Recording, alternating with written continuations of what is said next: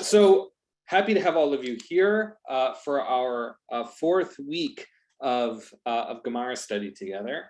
Over the course of the last 3 weeks, we have done a couple of things.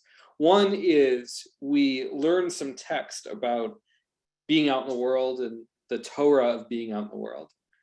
We spent the last 2 weeks talking a little bit about how Talmud functions, what is it, where does it come from, when is it, and we spent 2 weeks with this concept of ona'at devarim, of this sort of verbal fraud, verbal mistreatment concept.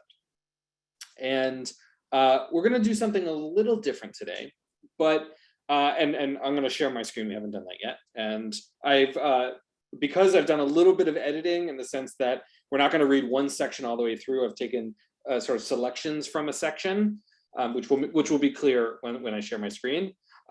This gives us an opportunity to talk about something that I got to learn about a little bit earlier this year, but things we might have seen, which is the fact that Talmud is an edited document, right? It's not just a transcript of arguments.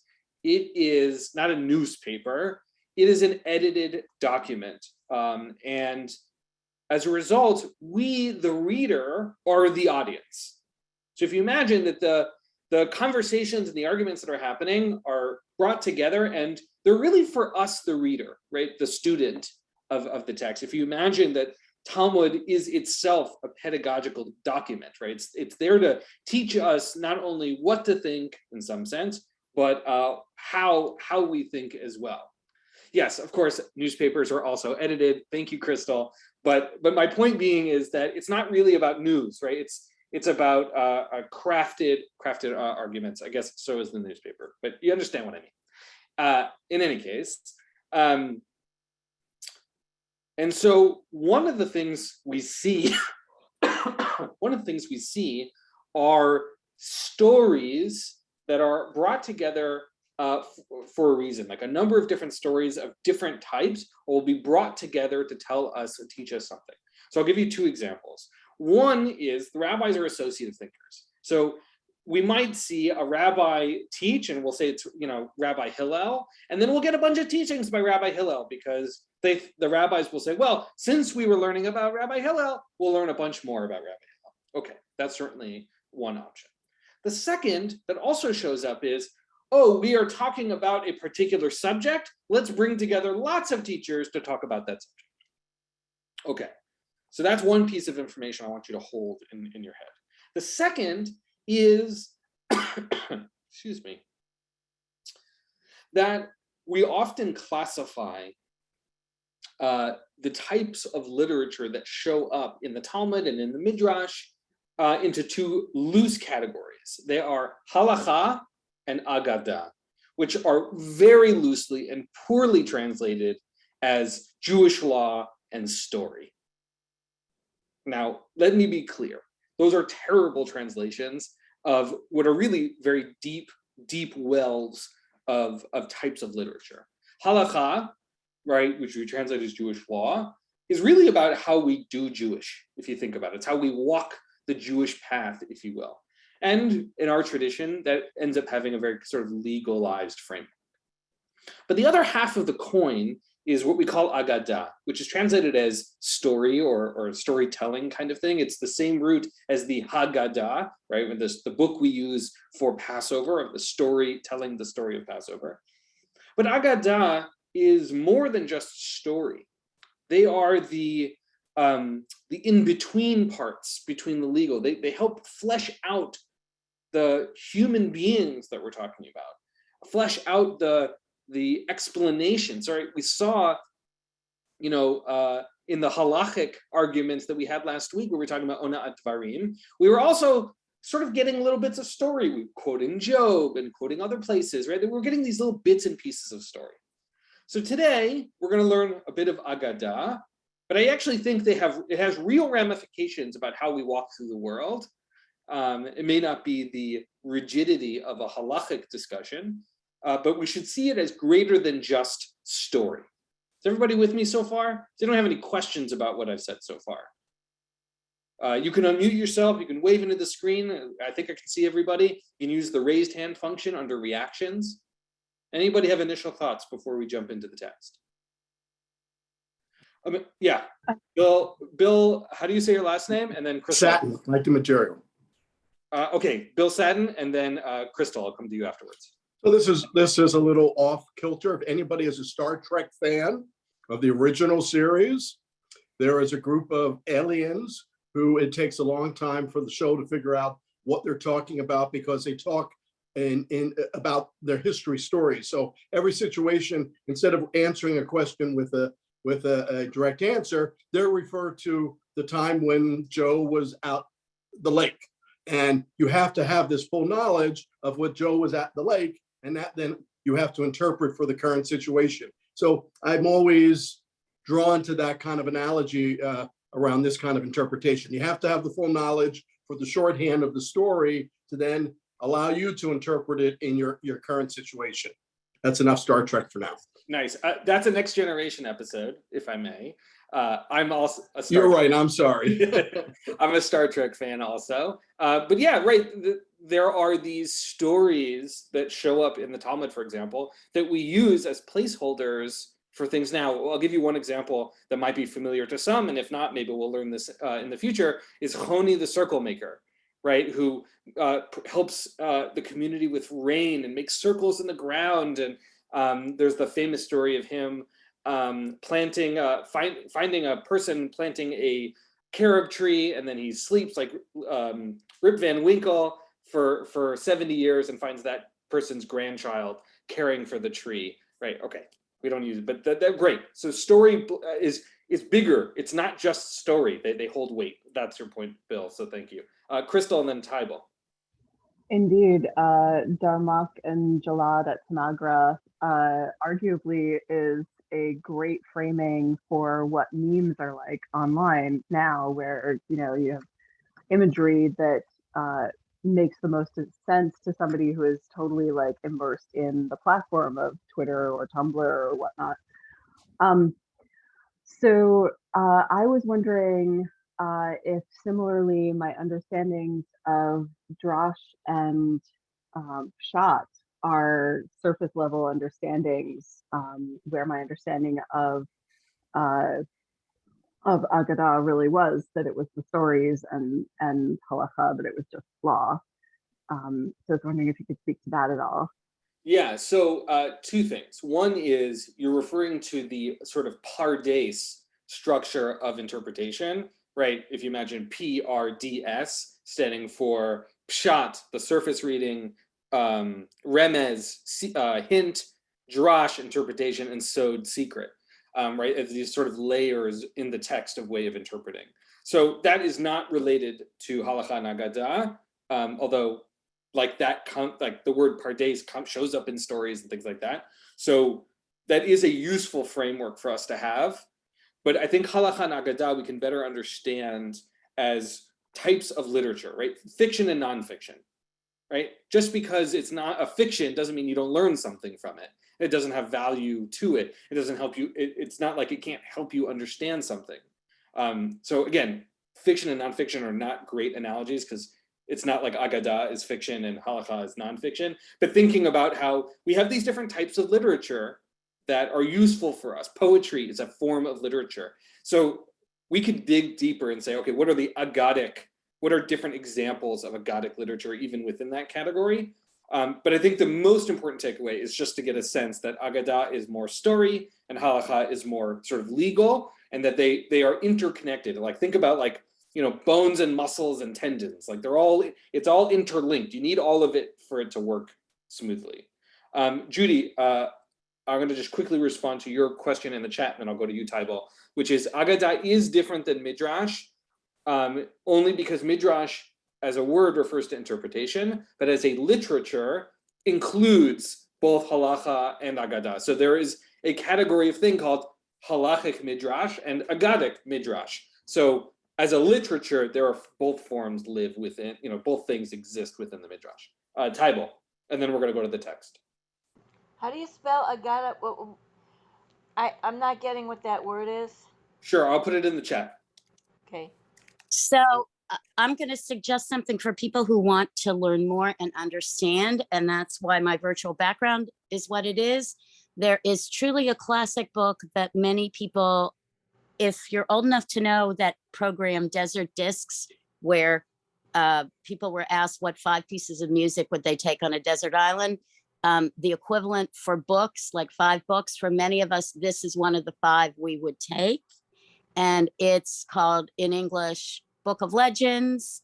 And the reason why I'm going to suggest it might be useful, and I'm sure the great librarian Rafi Simon probably has it in the library, is at the back of this is an index where you can look up things thematically. So you could look up a particular theme, then look at all Midrash and Agadah on that theme and get a better sense of what Agadah is like, rather than, because it's hard, the rabbi's explaining it theoretically, but sometimes very specific examples help.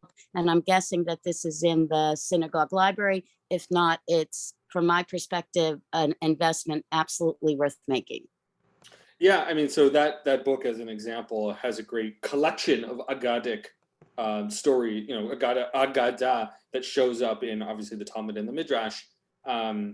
So what I want to today is going to be slightly story, and I was just using Agadah and Halacha as frameworks for us to sort of place this.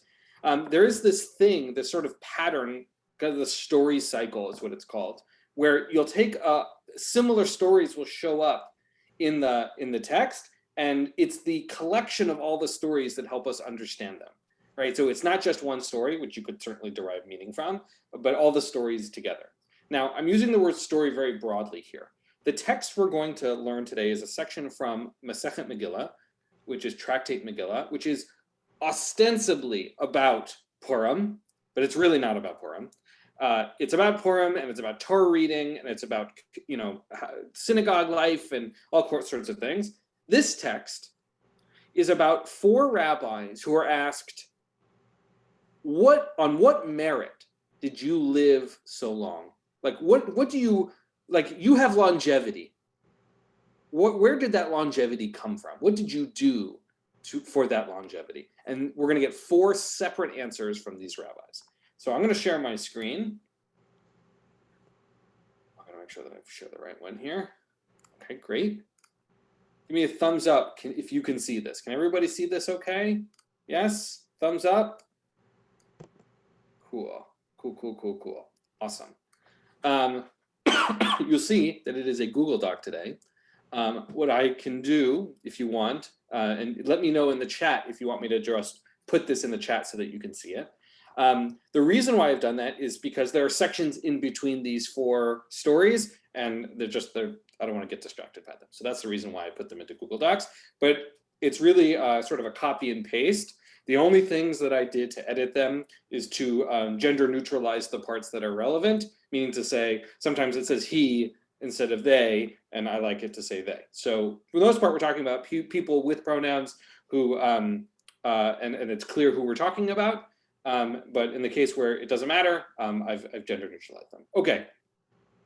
I'd love a volunteer to read this first story. Would someone like to start? Yeah, Sheila. Nope, you're still muted.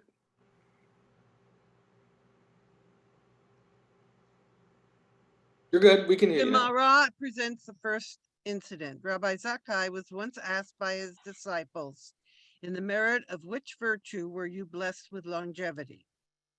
He said to them, "In my days, I never urinated within 4 cubits of a place that had been used for prayer. Nor did I ever call my fellow by a nickname, and I never neglected the mitzvah of sanctifying the day of Shabbat over wine." Wow. I was meticulous about this mitzvah to the extent that I had an elderly mother, and once when I did not have wine, she sold the kerchief that was on her head, and from the proceeds she brought me wine upon which to do the mitzvah of sanctifying the day. It was taught concerning Rabbi Zakkai, when his mother died, she left him 300 barrels of wine. When he died, he left his sons 3,000 barrels of wine. Since they were so meticulous in the mitzvah of sanctifying the day of Shabbat with wine, God rewarded them with wealth and an abundance of wine. Amazing. Thank you, Sheila. So yes, I will add the link, the Google Doc, to the link in the chat in a minute. So we have a couple, excuse me. We have two things here that are happening. One is we have Rabbi Zakkai, who's answering the question of how did you get such longevity? And we get an answer. And then we get a story about, sort of proof about this. And I want to just offer one more thing. My wife and I recently went to Italy for a brief vacation. It was our first in a long time. And I was in a museum, and this is a picture I took. I'm sorry, it's still black and white, but I have a color one I could show you guys if you want. Here is a bunch of wine casks from that same time period. So if you want to sort of get a visual, an image of what this might look like, it looks kind of like this. So you can take a moment, take a mental picture, and then I'll put back to the text. Cool. I'm going to stop sharing so that I can share it by Google Chat, and then I'll share back again. So what do people think? Did people see the three things? There was. People remember without looking? That he urinated. He had the wine, and the third one Great. one was. No one will have to remember. We're going to do it He here. didn't make fun of anybody. He never called Right.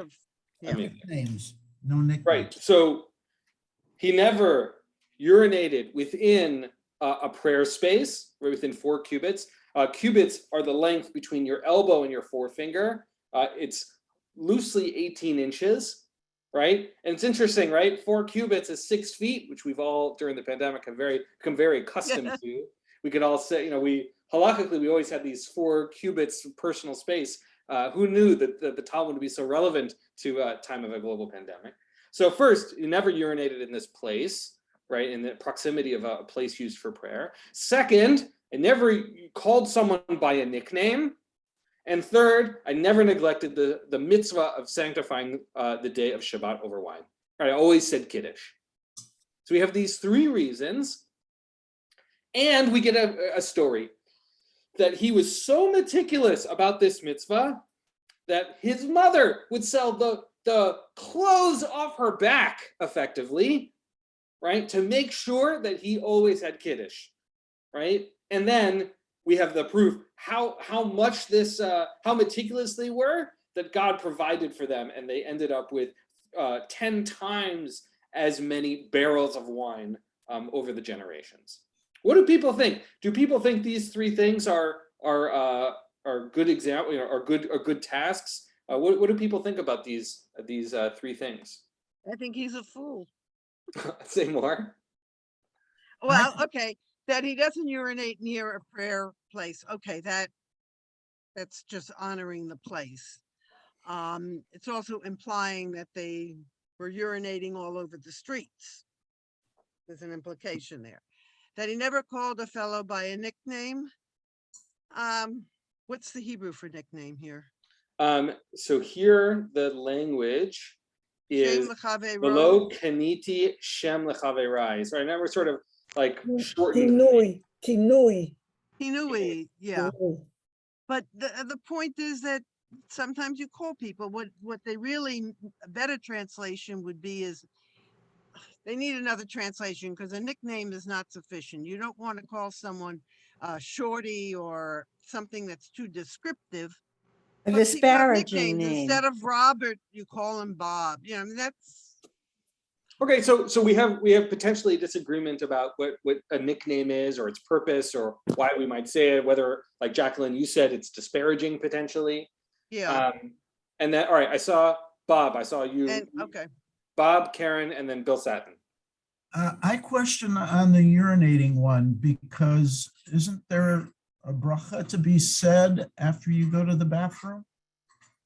So I think, yes, there is. I think the distinction here is proximate to a prayer space. I think that's the core piece here. But in reverse. I see what you're saying. You say a bracha near a place where you urinate. Yes, but you're not supposed to say it in the bathroom itself. So often, like Asher Yatzar, which is the blessing you say after using the bathroom, is traditionally done once you've left the bathroom already. Yeah, but it still could be right adjacent to, yes? No, I mean, I think halachically, you are supposed to be at least 4 cubits away. Okay. But that's a great example, right? Like this is where halacha and agadah get like interlinked. It's not as simple as it appears. So it was Karen and who else? Oh, Bill Satin, Ron, and then Nelson. So I think he honored holy space by not urinating near the place of prayer. He honored other people by not, I think the nickname was making fun of people, like the shorty type thing. And then I think he honored the joy of Shabbat, which would be holy time, by drinking wine so he could celebrate Shabbat. Right. So we've got these 3 sort of contexts or something like that, and he's being intentional and conscientious about those spaces. A really great observation. Thank you, Karen. I forgot who was next, but you all know because I said your names. Bill, Ron, Nelson.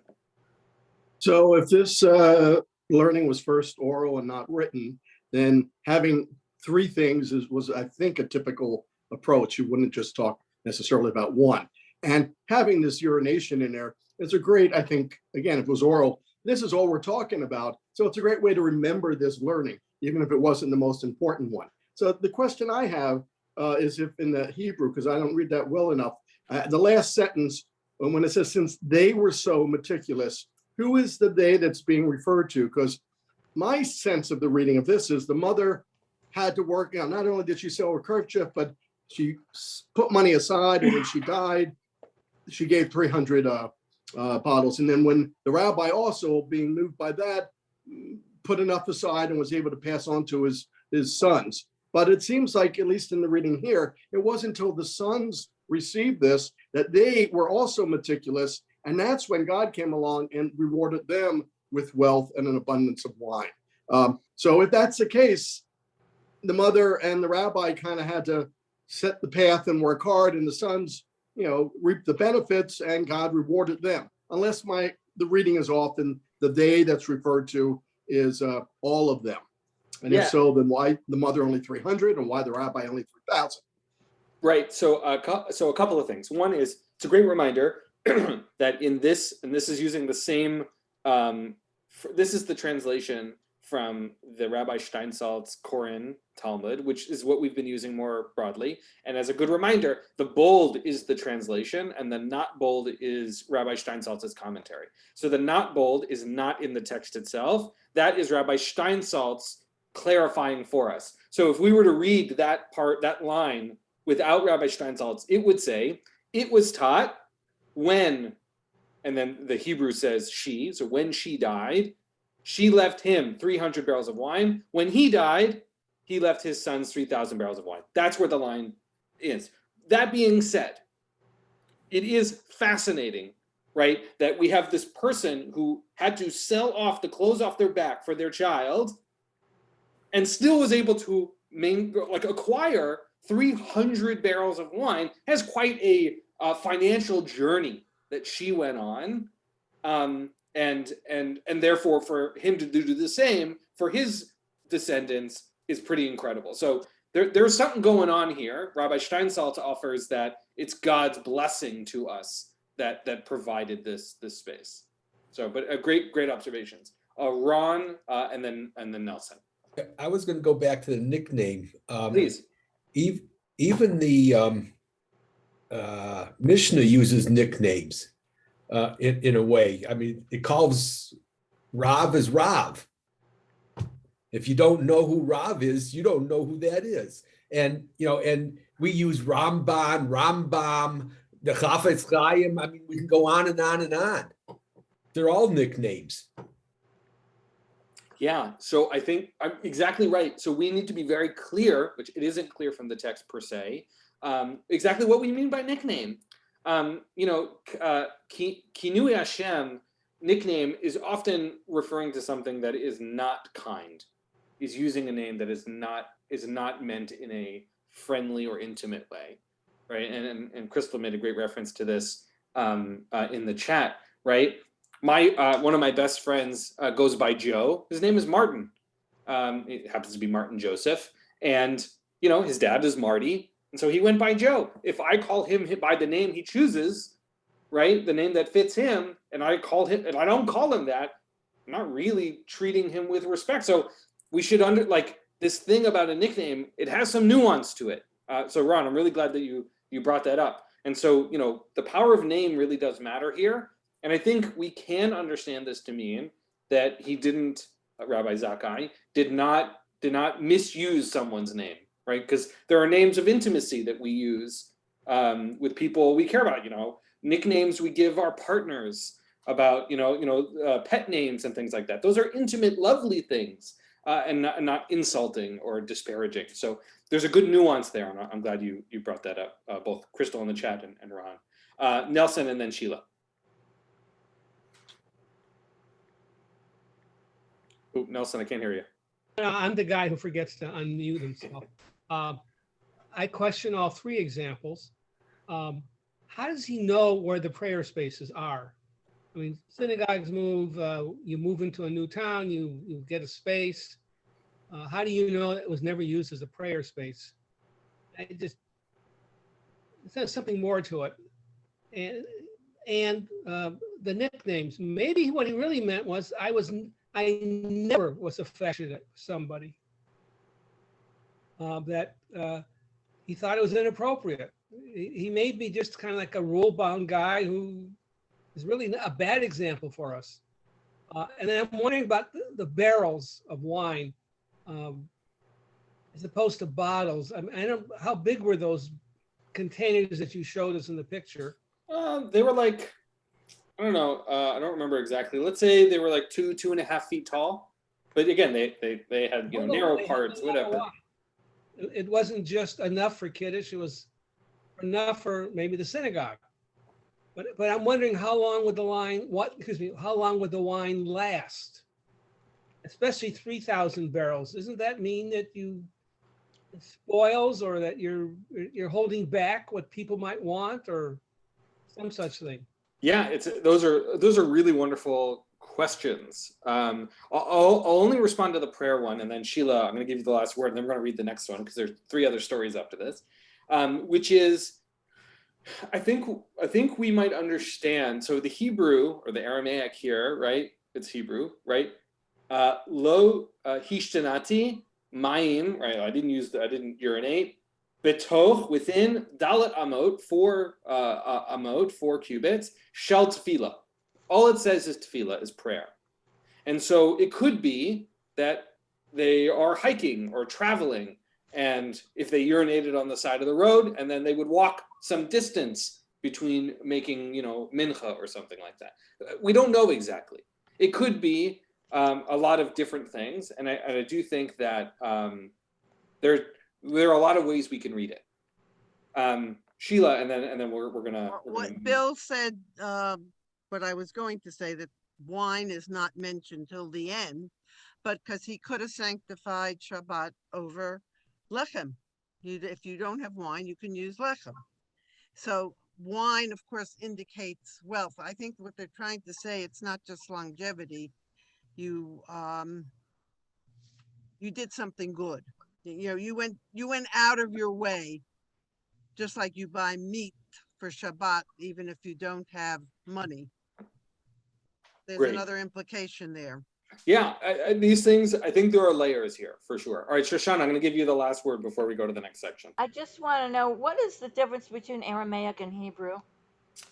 Yes. So Aramaic and Hebrew are related languages, like how the Romance languages are related. Hebrew, the modern Hebrew that we use uses Aramaic letters. So the letters we use are Aramaic letters because they use the same alphabet. Ancient Hebrew used a different alphabet than what we're accustomed to now. Aramaic is a different language, and it was the, pardon the sort of funny turn of phrase here, the lingua franca of its time. It was the English of its age. It was the language that most people in that area of the world were using to talk to each other across different communities and cultures. So it was the language the rabbis of Babylonia spoke, meaning to say this story is referring to an earlier rabbi, because this text happens to be written in Hebrew. And later on, when we get discussions from later rabbis, those are documented in Aramaic. And so it's a different language entirely. They're related languages, but they're not quite the same. Well, Hebrew is so holy. I'm amazed that anyone could substitute anything for Hebrew like Aramaic, because God actually, wrote the whole Torah in Hebrew. He certainly didn't write it in Aramaic, so it's questionable to me. I'm just making a comment. Sure, I hear it. All right, let's move on, because I want to make sure we get other. May I though? Yeah, but really very quickly, because I want to get on But for the other story. Shoshana, Mishnaic Hebrew isn't biblical Hebrew. Modern Hebrew isn't biblical Hebrew. Languages evolve. God doesn't. Even in the most Haredi communities, Yiddish gets used for certain kinds of things, even learning, so you don't use sacred Hebrew. And that's part of the whole Aramaic being the daily language. Yeah, but what does Hashem think of that? That's a problem for me. Well, for us to presume we know what Hashem thinks is a problem for me. Tybal, if I will, I'll step in here to say the following, which is, I think our relationship to these languages evolves over time, meaning to say, the way we relate to these languages changes. The Rambam wrote the Mishnah Torah in Hebrew, and wrote what's the other one called? Whatever the other one was, in Judeo-Arabic. Our relationships to languages as Jewish communities are complex. The Midrash does teach that God used Hebrew as a language, which is very convenient for us to say as the people who use Hebrew. Like, of course, God uses the language we use. So it's not simple, and I think it's certainly not the subject that I want to talk about today. But I do think that Hebrew and Aramaic and Yiddish and Ladino and Judeo-Arabic, they are all a part of Jewish history and our relationship to text. Look, the rabbis of the Mishnah and of the Braitot and of the Midrash wrote and spoke Hebrew as their native daily language. They were in the land of Israel. The original Hebrew? There's no such thing as original Hebrew in a historical sense. There certainly are stories, are narratives about Hebrew. I think that languages do evolve over time. The language of English that we speak today, 500 years ago might not be intelligible, because languages change and evolve over time. So whether or not it's original Hebrew or not original Hebrew is tough to say. The Masoretes, who were sort of editors of text, added the vowels to the Bible, to the Hebrew Bible, in a way that didn't exist before. Those are relatively new. So it's not language. Look, I'm no expert in linguistics, certainly. It's more complex than it appears, certainly on its surface. But I don't want to get too lost down the language vein, because I want to talk about these stories of longevity. So we heard the first one. We had these three examples and then a story, and now we hear another one. Can I get another volunteer to read for us? Maybe somebody who hasn't gotten a chance to speak yet. Jackie. Great, please. The Gemara discusses the second occasion where a sage explained his longevity. Rabbi Elazar ben Shammua once was asked by his disciples, "In the merit of which virtue were you blessed with longevity?" He said to them, "In all my days, I never made a shortcut through a synagogue, nor did I ever stride over the heads of the sacred people. For example, I never stepped over people sitting in the study hall in order to reach my place, so as not to appear scornful of them. And I never raised my hands in the priestly benediction without reciting a blessing beforehand." Amazing. Thank you so much, Jackie. So we here have a couple of other comments here, right? Rabbi Elazar ben Shamua, who we learn by the end is of the priestly class, right? Has three things he doesn't do, right? Never made a shortcut through a synagogue, right? Which the word is a kapandaria, right? Meaning to say, running through the synagogue to get to Kiddush faster, or to go the sanctuary, if you will, or to get through town faster, no good. Second, that while walking, navigating to his place in the Beit Midrash, that he didn't step over people, right? He was treating people with respect, and we have Rabbi Steinsaltz here to say, the reason why that might be. And lastly, which is that that he never did the priestly benediction and raised his hands, which is like the very sort of the ritual attached to that, without reciting a blessing beforehand. The commentaries suggest that what he means by that at the end is that even though he could have said amen to someone else's blessing, he always recited it himself anyway. Meaning to So say, he must have been a Kohen. correct. I think we should understand that Rabbi Elazar ben Shamua is probably a Kohen, but that he did it himself as opposed to saying amen. Yes, Sheila. You said you had another example Of the longevity? There are 4 examples. This is the second Okay. of the 4. All right. Somebody brought this up before. There are 3 instances. You have a place, people, and prayer.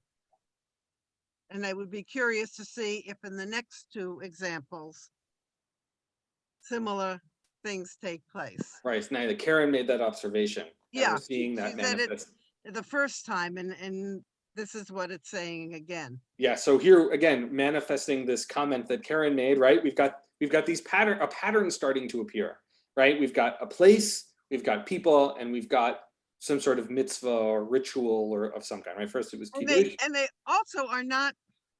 I mean, I hate to make fun of the rabbis, but really. No nickname, Sheila, please. I'm just kidding. I never step over rabbis. People stride over the heads of sacred people. I mean, we wouldn't consider this very important. How could you stride over the heads of people? They must have been on the floor. You walk over them. You walk over them, and you interrupt them studying. Yeah, I mean, I think they are sitting between them and their seat and the desk, and you have to go in front of them, and you don't. And that's not considered polite. So I think in this context, we should understand, similar to what you said, Jackie, right? They're potentially sitting on the floor, or they're sitting on benches in rows in these tight sort of classroom settings. And I think the broad strokes, whether or not we want to think of it exactly as he's like climbing over them, I remember certainly in a pre-pandemic time, right, of being in these davening places where they're just so tight, you're like pushing through people, and you're like elbowing people trying to get to wherever you stand, right? That's like not. That's kind of like striding over the heads of people, and maybe not so literally, but here we're certainly getting a sense, even if it's not so literal, of what he feels is important. All right, let's read the next one, and this is why we read them all as a group, right? We read some of them separately, and then we read them all together as a group. So we'll get to the third one here. Can I get another volunteer to read for us?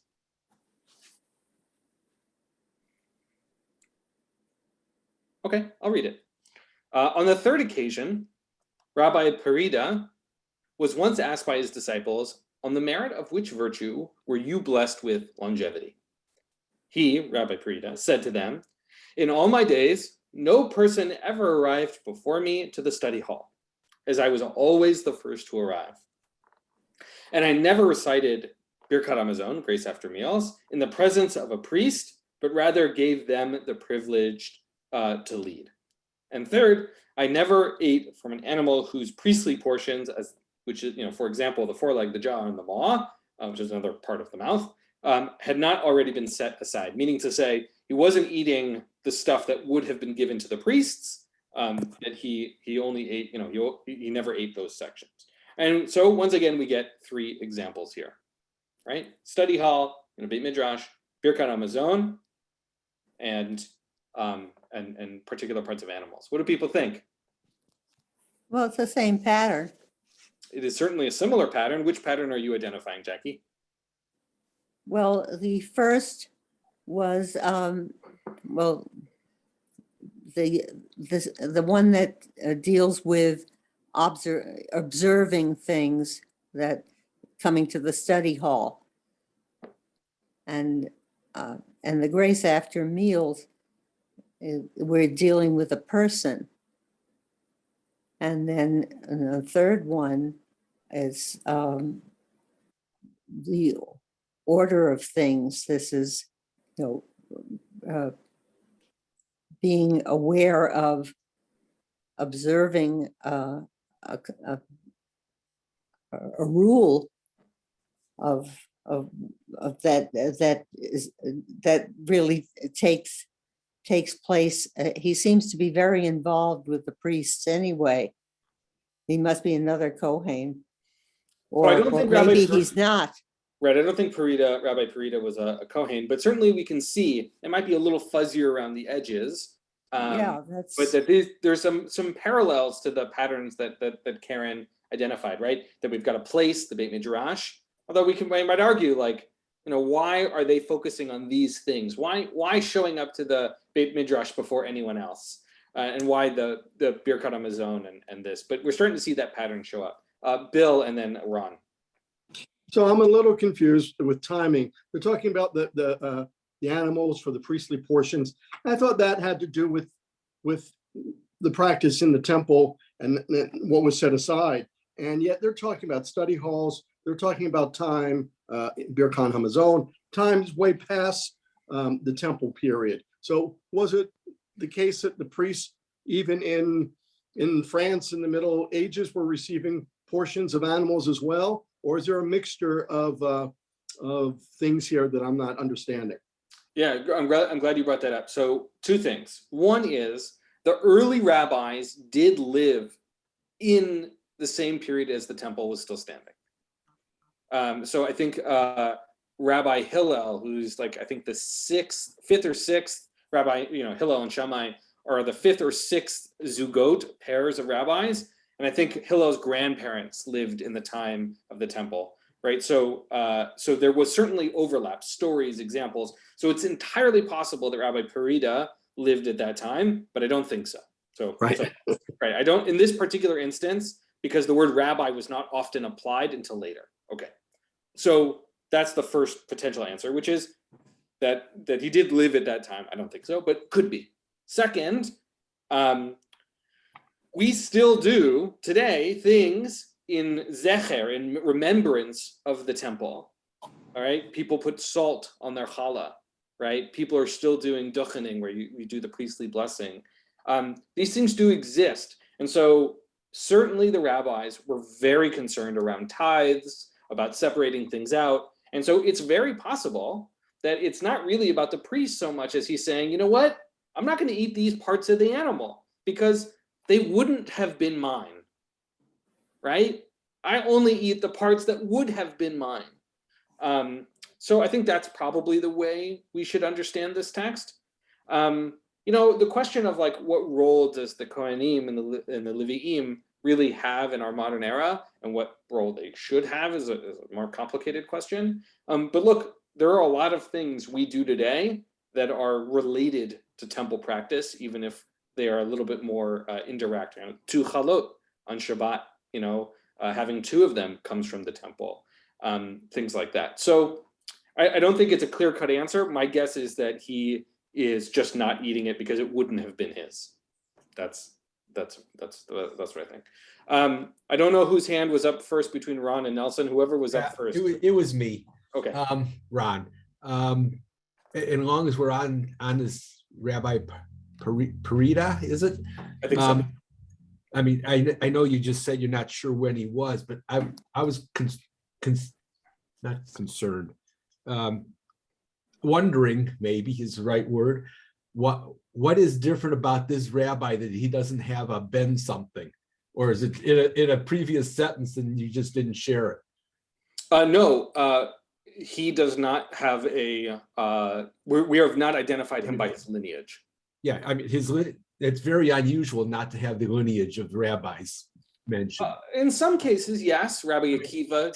Some of them are so certain that you don't have to, and most of them keep on repeating it over and over again in the Mishnah. Right, and we had it here above with Rabbi Elazar ben Shamua, right? In that particular case, all the more so. So look, we're going to take this opportunity. Akiva was a convert, right? No, he was. He sort of became observant later in life, if you will. Probably closer knowledge would be Baal Tshuva, although I don't happen to like that term very well. But you know what? I'm going to show you guys something that's really cool, and we can get to learn a little bit more about Rabbi Parida, and then Nelson, I'll come to you, which is on the website of Sefaria, which I'm going to go to here, is an amazing resource if you haven't. I'm going to show you how it works really quick, and I'll show you something cool. So we're going to go to Masechet Megillah 27b 24, because that's where he shows up. So we're going to go to the Talmud. I have all the tractates here. We're in Megillah, and you can choose which page. We happen to be on 27b. And we're going to scroll all the way down. I'm sorry if this is blurry for you. And here we'll start to get the sections of all the stories that we heard. These are not related to us here. You'll see this happens to be in the context of selling a synagogue, and we have these stories of longevity. Right here, the rabbis, the Gemara cites sages who explain the reasons they were blessed with longevity, and there's a whole section I skipped because we did it. Here we had this whole story of Rabbi Zakkai. We have other examples of Rabbi Huna. Again, I skipped some of these so that we could get deeper. What's cool is it actually has on this website little biographies. Oh no, it's not going to work. Let's see if it works for Elazar ben Shmuel. It does.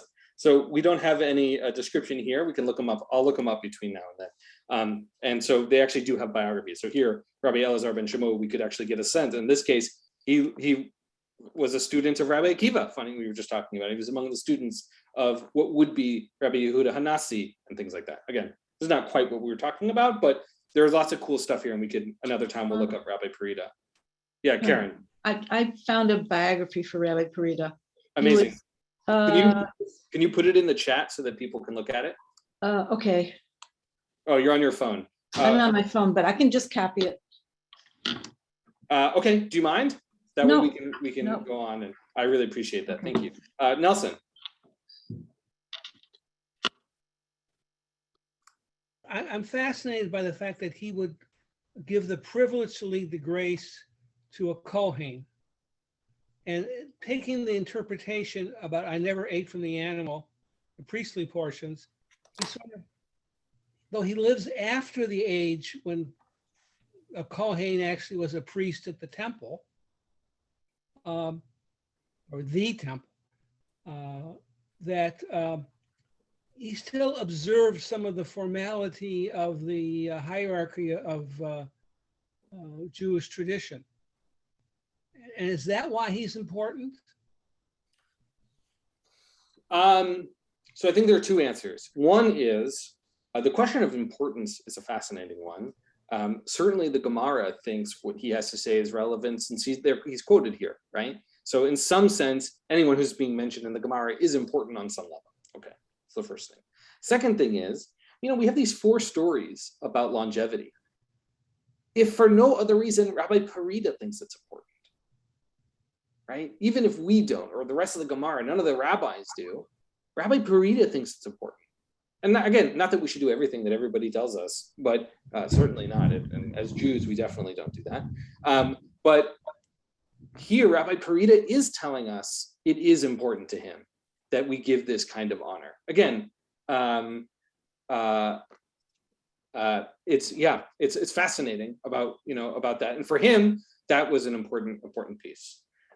Here, thank you so much, Karen. Rabbi Parida, the grandson of Rabbi Chia, who is the son of Rabbi Abuya. Amazing. Definitely only rabbis were not the only ones blessed with longevity. And these are just 4 examples of other stories. Let's read the last one. The last one's a little long, so I'm going to read it. And I think I can get all of it on here. A little stretch the screen. Can everybody see it?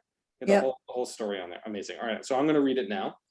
The Gemara discusses the 4th sage who was blessed with longevity. Again, I'm skipping sections in between so that we can read the 4 stories. Rabbi Nechunia ben HaKahana, who was once asked by his disciples, by which virtue were you blessed with longevity? He said to them, in all my days, I never attained veneration at the expense of my fellows' degradation, right? I never benefited when somebody else, to somebody else's detriment. Nor did my fellows' curse ever go up with me upon my bed.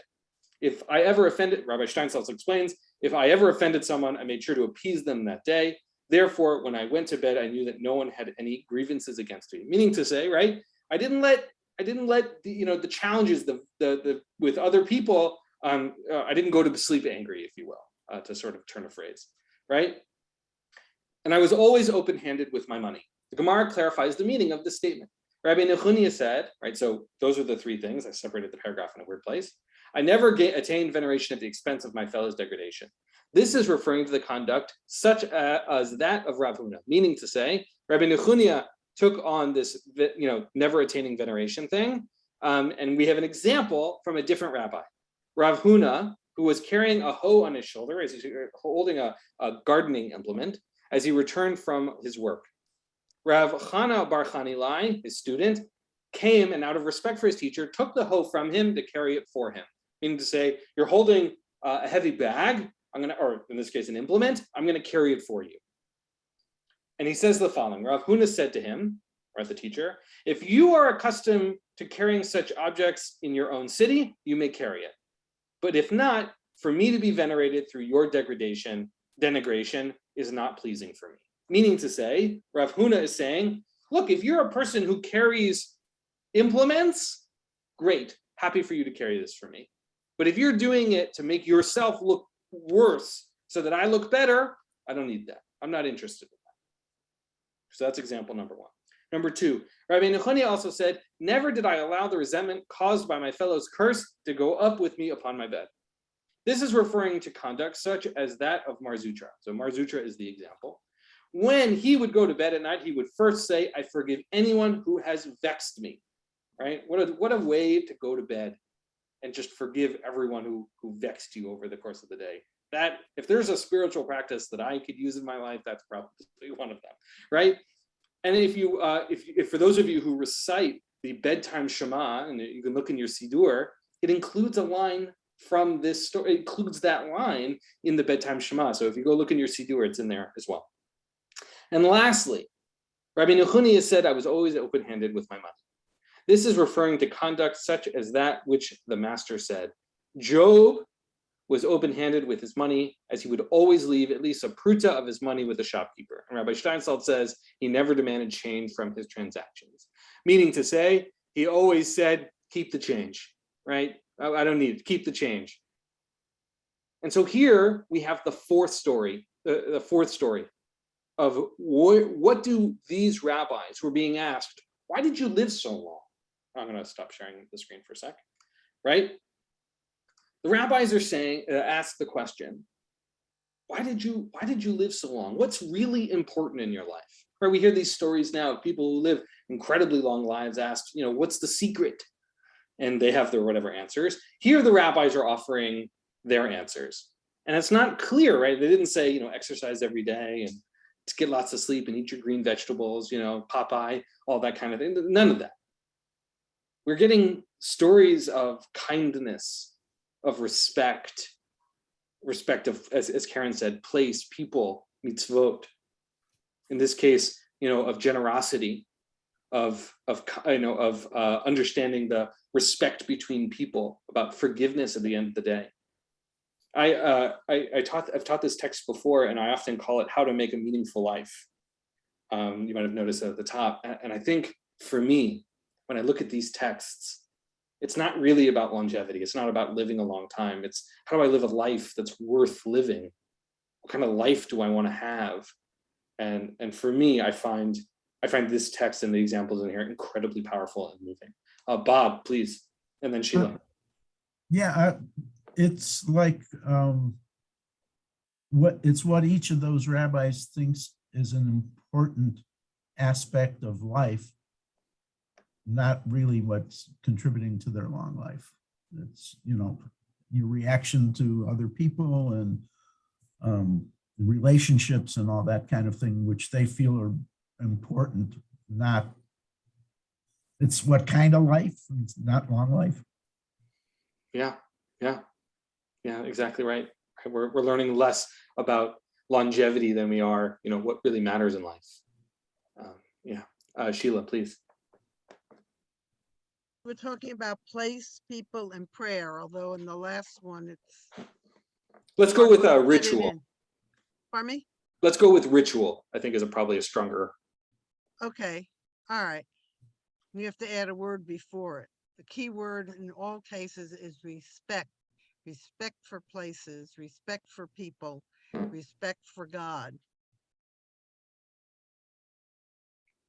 That is what they're saying. They think of other people. That is the message.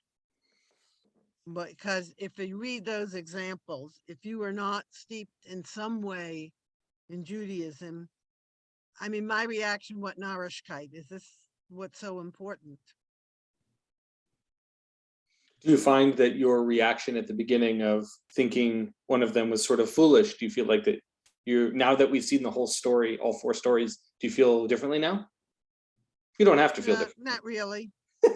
Not really. In other words, when I read, that's why I don't like Talmud, especially because some of these examples, come on, this is what you have to say. Why don't you just say respect? Say what you mean and give the example. Why do you have to leave it up to us to think about it? Because there's a clear answer. There's a clear answer. What is the point in getting us to think about it? It delays the actual observance of the mitzvah because we have to do the thinking first. Now, if you think about things, you do them better and you're more likely to do them. But this is the entire Talmud is like this. I hear you. I respect it. I honor it. I don't share that view. I'm sure. Which is fine. We don't have to agree. That's cool. I would challenge you in one particular way. I do think you're right in the sense that it can be so frustrating to get the long answer instead of the short answer. Right? Like that I hear that, and it's real. And we all know ourselves, someone else, who have to learn things the hard way. Right? You got to bump your head a few times before you figure out that the table, is sharp at the edge, or you got to learn things sometimes the long way. And I think, sort of connecting to what I said at the very beginning, the Talmud is not so interested in answers. It's an edited document for us, the reader. And we have to ask the question when we learn a piece of text like Talmud, what am I supposed to take away from this? Sometimes it's an answer about law. Sometimes it's about deriving meaning from a story. Sometimes it's about finding a new question to ask. We, the reader, are a part of the puzzle. And so I've often heard, right, there are actually 3 people in every chavruta, in every study partnership. There's you, the other person, and the text you're reading, right? There's also another one that says between two people who are studying Torah, the Shekhinah, God's presence, is also there. So maybe there's 4 people sitting, 4 presences sitting at the table. But I think the important piece is that the texts are there. We as readers are there not just to learn the answers, but to really wrestle with them and to struggle with them. And these texts are not excluded from that. I think that these are part and parcel, that they should be a little difficult. Karen, I'd love for you to jump in. Nelson, I don't know if your hand is still up from before. Okay, Karen and then Nelson.